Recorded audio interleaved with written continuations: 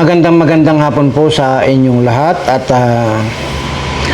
pasensya na po kayo kung hindi nyo makita yung pagmumukha ko ay medyo busy lang po ako at excited lang po akong ipakilala sa inyo itong grupo ng Team Guapa.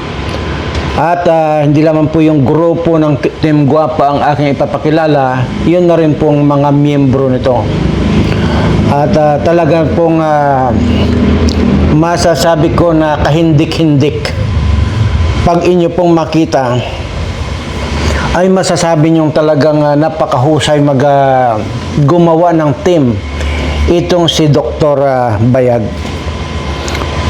Anyway, kasama na rin po dyan itong si Salcido, na ito pa lang si Salcido ay paborito po ang isdang utin. Ayan po, katabi po niya yung isdang utin. Yan po ang paborito pala nitong si Salcido. Napag-alaman ko po ito ay mukhang may almoranas na po itong si Salcido.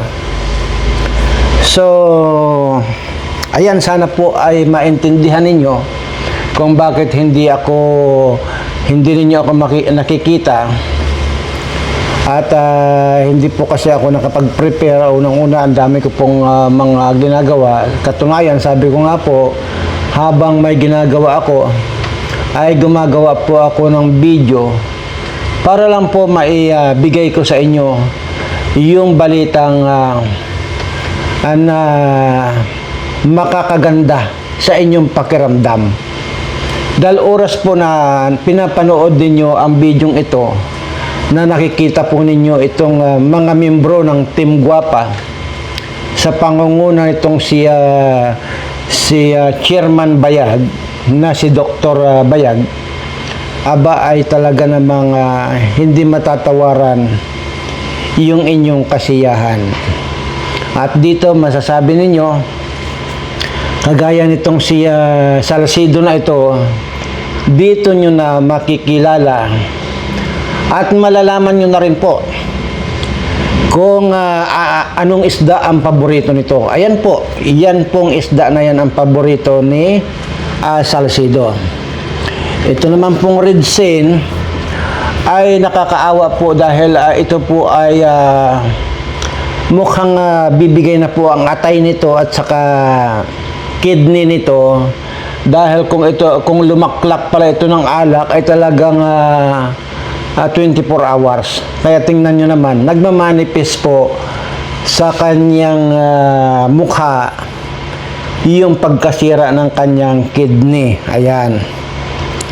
So, at ito naman po nakikita nyo ngayon na isa rin po ito sa talagang masugid na taga-suporta dito sa Team Guapa, itong si Kapiso, na kung saan po ay ito po yung gumawa di umano ng YouTube channel ni Beyonce.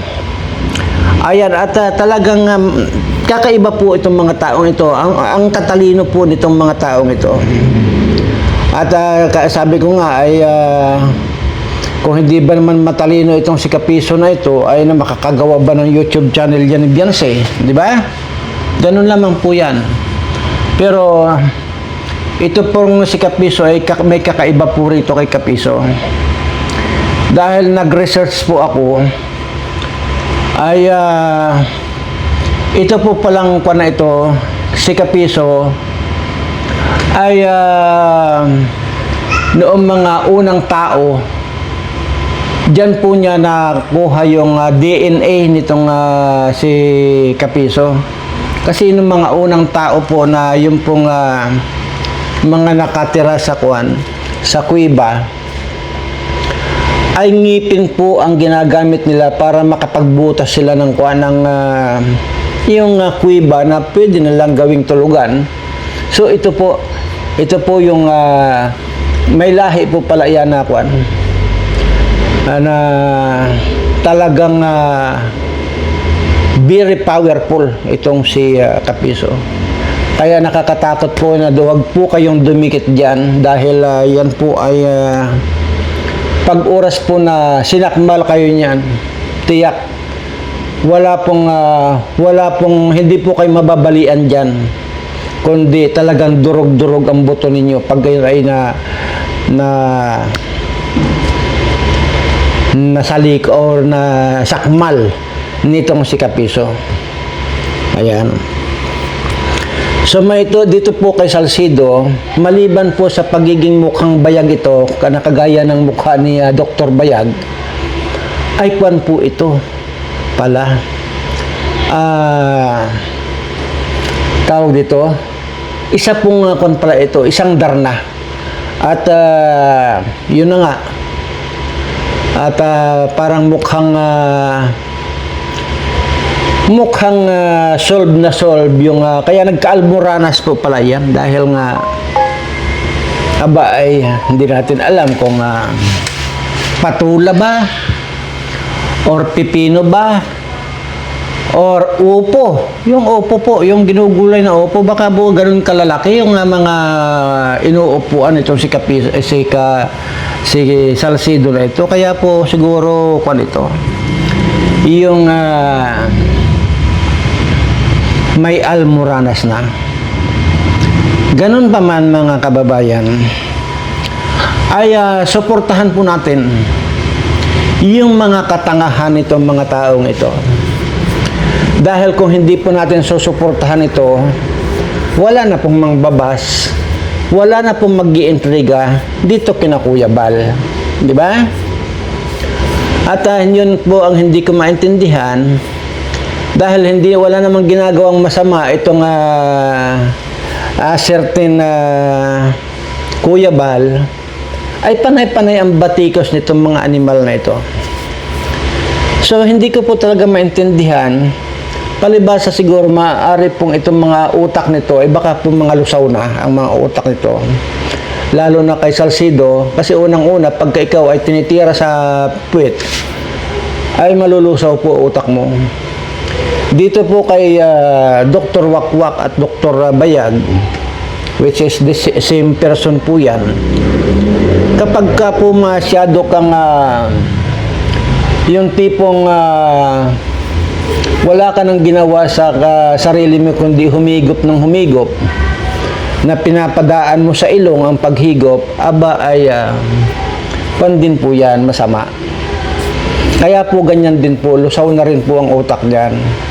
Unang-una, yung hinihigop po niyan ay yung tinatawag nating talagang nasa langit ka kapag ka ikaw ay kontento doon sa dami ng iyong hinihigop. So ayan po, once and for all, ipinapakilala ko po sa inyo ang mga mukha nitong mga team Guwapa para po malaman nyo na. Kaya sabi ko nga po sa inyo, suportahan po natin. Dahil po pag wala po itong mga taong ito, hindi lalabas yung inyong kagwapuhan at inyong kagandahan. Kagaya ito pong mga subscriber ko na Berana Live Studio TV. Kung wala po yung mga mukha na yan, hindi po magiging gwapo at gwapa itong mga subscriber ko.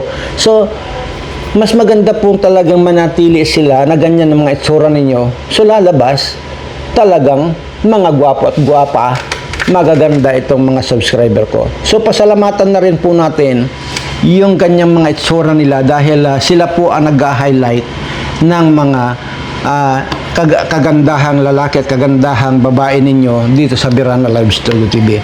So, short lang po ito kasi dahil excited ko lang pong ipinakilala itong mga team Guwapa na ito. At para makilala nyo na rin po na ito si Salcido, ayan po yung isda na kanyang paborito. Maraming salamat po at pagpalain na ba kayo ng ating poong may kapal na sana po ay itong mga taong ito ay magkamatay na. Maraming salamat po.